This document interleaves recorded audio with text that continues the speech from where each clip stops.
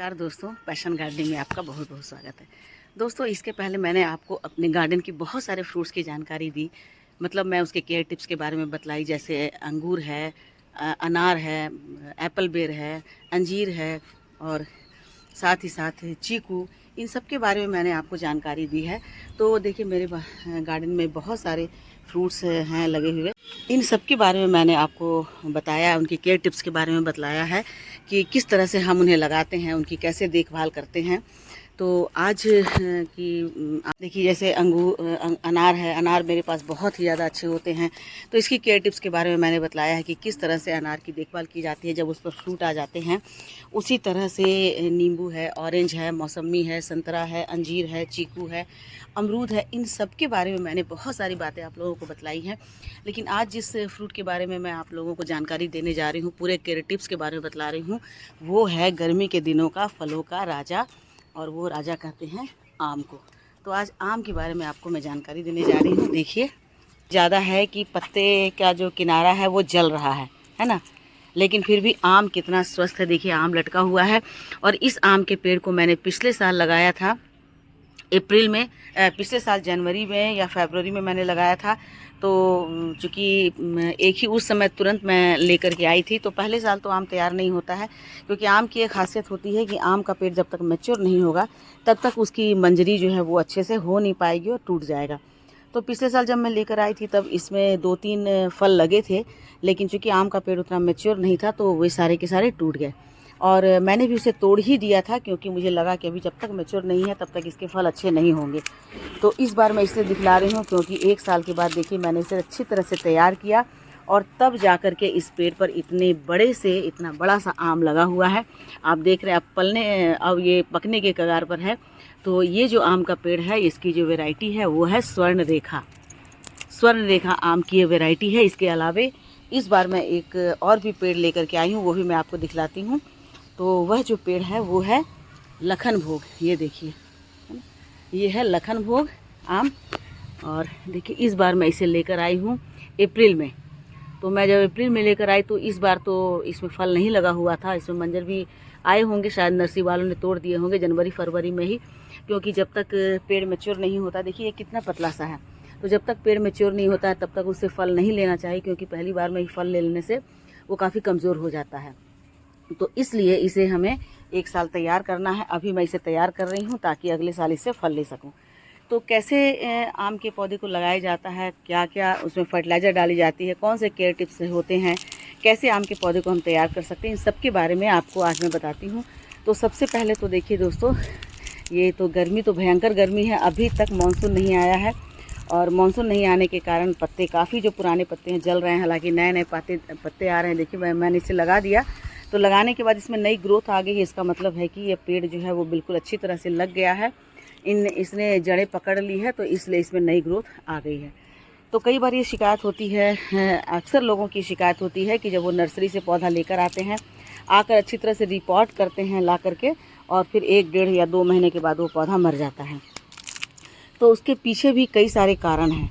तो क्या क्या कारण है वो मैं आप लोगों को बताती हूँ। उसके अलावा मैं एक पौधा और भी लगाई हूँ, जो कि मैंने बीज से लगाया है। देखिए, ये बीज से लगा हुआ पौधा है और काफ़ी ये मतलब अच्छा हो रहा है। मैं इसकी ये करीब 3-4 साल हो चुका है, और मैं कई बार इसकी कटिंग कर दी हूँ, तो बिल्कुल पेड़ की शक्ल में हो रहा है। यदि इसमें आम नहीं भी हो तो भी ये जो पौधा मैं ज़रूर रखूँगी, क्योंकि इससे जो है मेरे छत पर बहुत अच्छी छाँव हो जाएगी।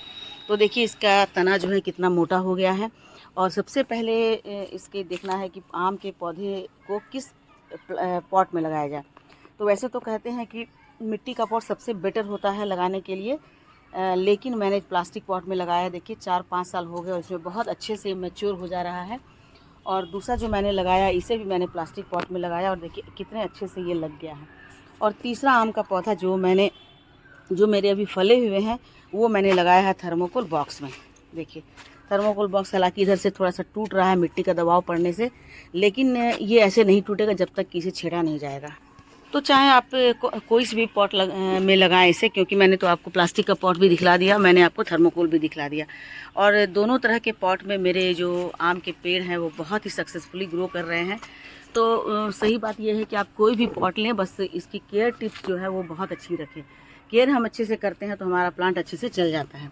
तो सबसे पहली बात तो है कि आप जब भी आम का पौधा लगाएं, यदि क्योंकि आम के पौधे जितने भी मिलते हैं वो ग्राफ्टेड मिलते हैं। देखिए इसका भी यहाँ पर ग्राफ्ट किया हुआ है। यदि ग्राफ्टेड पौधा नहीं लेते हैं तो जल्दी वो नहीं फलता है। ग्राफ्टेड पौधा लेते हैं तो 1 से 1.5 साल में, 2 साल में फलने लगता है। मतलब 1 साल में तो फल जाता है, लेकिन आपको फल लेना नहीं है, दूसरे साल में आपको फल लेना। तो ये ग्राफ्टेड है। तो ग्राफ्टेड पौधा जो भी होगा वो करीब करीब 3 फीट का होगा। तो 3 फीट के पौधे के लिए आपको 15 से 18 इंच का पॉट लेना होगा। मैंने भी लिया है 15 से 18 इंच के पॉट में मैंने उसे लगाया। इसे तो मैंने ज़्यादा बड़े में लगा दिया है, लेकिन इसके बाद भी ये ठीक है।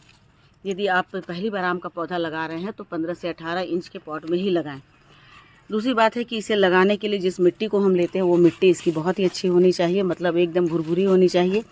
जब मिट्टी इसमें बनाते हैं तो इसमें जो रेशियो होता है वो 50% गार्डन सॉइल होता है, और उसके बाद 40% इसमें आपको कंपोस्ट लेना है। या तो काऊ डंग कंपोस्ट लीजिए या वर्मी कंपोस्ट लीजिए।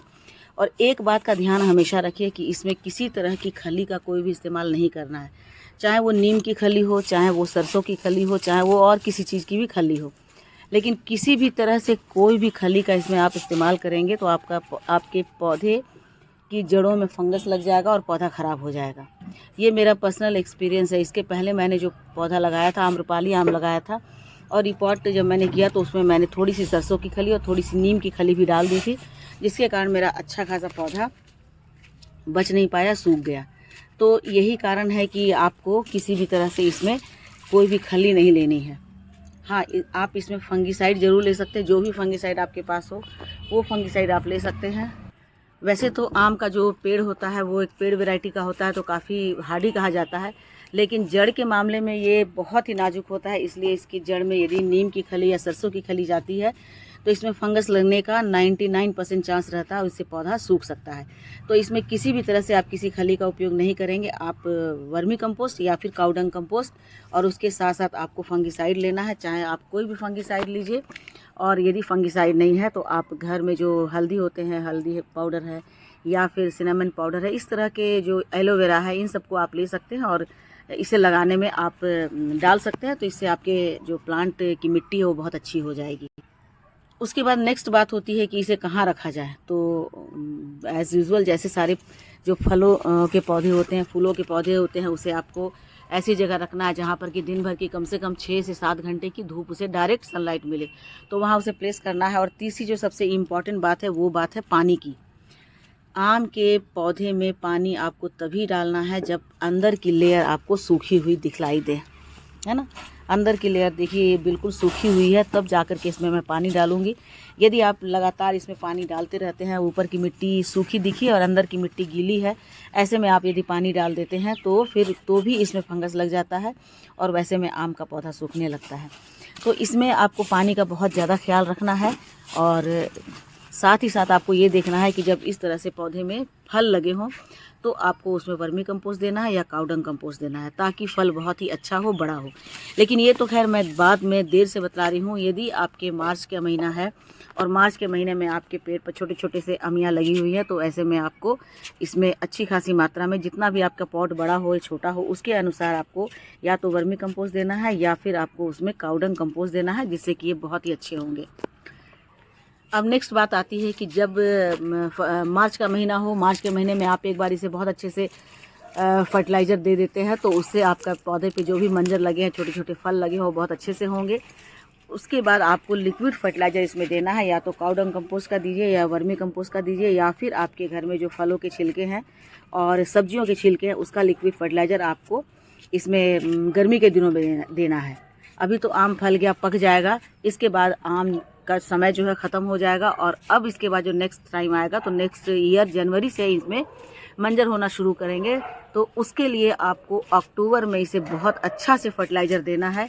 उस फर्टिलाइज़र में आप ये भी कर सकते हैं, वर्मी कंपोस्ट और जो काऊ डंग कंपोस्ट है, उस दोनों के मिक्सचर को मिलाकर अच्छी खासी मात्रा में इसमें डाल सकते हैं। जैसे हम बाकी जो फ्रूटिंग प्लांट होते हैं या फलों के प्लांट होते हैं, उसमें हम तरह तरह के फर्टिलाइज़र देते हैं। सीवीड ग्रैन्यूल देते हैं, सीवीड एक्सट्रैक्ट देते हैं, मैग्नीशियम देते हैं, मतलब एप्सम सॉल्ट देते हैं। इसके अलावा भी बहुत तरह के फर्टिलाइज़र होते हैं, वो हम डालते हैं। लेकिन आम के पौधे को बहुत तरह का फर्टिलाइज़र पसंद नहीं है, इसलिए आप उन्हें देंगे तो आपका पौधा जल्दी ही मर जाएगा। अभी देखिए यहाँ पर मैंने इसे वर्मी कंपोस्ट दिया है, तो वर्मी कंपोस्ट इनफ हो जाता है आम के पेड़ को देने के लिए, और बहुत ज़्यादा फर्टिलाइज़र आम के पेड़ को नहीं देना होता है। आप केवल जब भी इसके लगाते हैं तो लगाते समय इसमें काउडंग कंपोस्ट और वर्मी कंपोस्ट डालकर लगा देते हैं, तो वही काफ़ी हो जाता है आम के पौधे को फलने के लिए। और जब वो फल जाता है यानी कि मंजर हो जाता है, तो उस समय फिर से आपको इसमें यानी कि मार्च के महीने में अच्छी खासी इसमें वर्मी कंपोस्ट या काउडंग कंपोस्ट दे दीजिए, और साथ में साथ हल्दी दे दीजिए और फंगिसाइड दे दीजिए, क्योंकि फंगस लगने का बहुत ज़्यादा डर होता है। तो इस तरह से अभी देखिए इसकी मिट्टी काफ़ी सूखी है, तो इसमें मैं अभी पानी डालूँगी, और फिर 2 दिन के बाद ही जब तेज़ गर्मी के कारण जब पौधे की मिट्टी बिल्कुल सूख जाएगी, तब फिर मैं इसमें पानी डालूँगी, तभी इसका प्लांट जो है इतना अच्छा से रह पाता है। दोस्तों आपको मैं ये बतलाने वाली हूँ कि आम के पत्ते के जो टिप्स हैं ये क्यों जल जाते हैं, क्यों ऐसे जले जले से दिखते हैं। तो इसके 2 कारण हो सकते हैं। एक तो कारण है ओवर वाटरिंग, यदि बहुत ज़्यादा पानी आप लगातार डालते रहते हैं तो इसके जो टिप हैं वो जल जाते हैं। और दूसरा कारण है कि इसमें मैग्नीशियम की कमी हो सकती है, तो मैग्नीशियम या पोटेशियम की कमी हो सकती है। तो पानी तो आपने देखा कि मैंने पूरे मिट्टी मेरी जो है वो सूखी हुई है, तो उसे तो मैंने चेक कर लिया है। लेकिन अब जो दूसरा कारण है, इस कारण को दूर करने के लिए हमें इसमें डालना होगा मैग्नीशियम यानी कि एप्सम सॉल्ट। तो देखिए दोस्तों, इस तरह से हमने अपने प्लांट की मिट्टी को गीला कर लिया है। और अब देखिए मेरा बहुत बड़ा सा प्लांट है, तो इतना सारा मतलब एक पूरे भर करके जो टेबल टी स्पून होता है उससे हम पूरे इसमें हमें डाल देना है इस तरह से, ताकि इसकी मैग्नीशियम की कमी को हम पूरा कर सकें। तो मिट्टी को आप गीला करके भी डाल सकते हैं और मिट्टी को सूखे में भी डाल सकते हैं।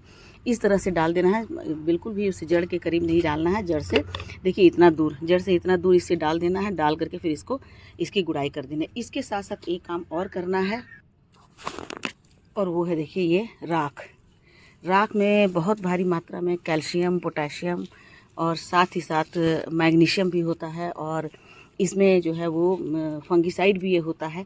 तो आम के पेड़ पे बहुत ज़्यादा फंगस लगते हैं, तो इसके लिए आप घर में जो राख हमारी निकलती है उसी को यूज़ करें, किसी केमिकल का यूज़ नहीं करें। जो केमिकल पेस्टिसाइड होता है उसका यूज़ करने से आम पर बहुत ही बुरा असर पड़ता है। तो ये हमारे घर में राख निकलता है, इसमें पोटेशियम भी होता है, कैल्शियम होता है, फॉस्फोरस होता है, तो इसलिए इसे हमें यूज़ करना है।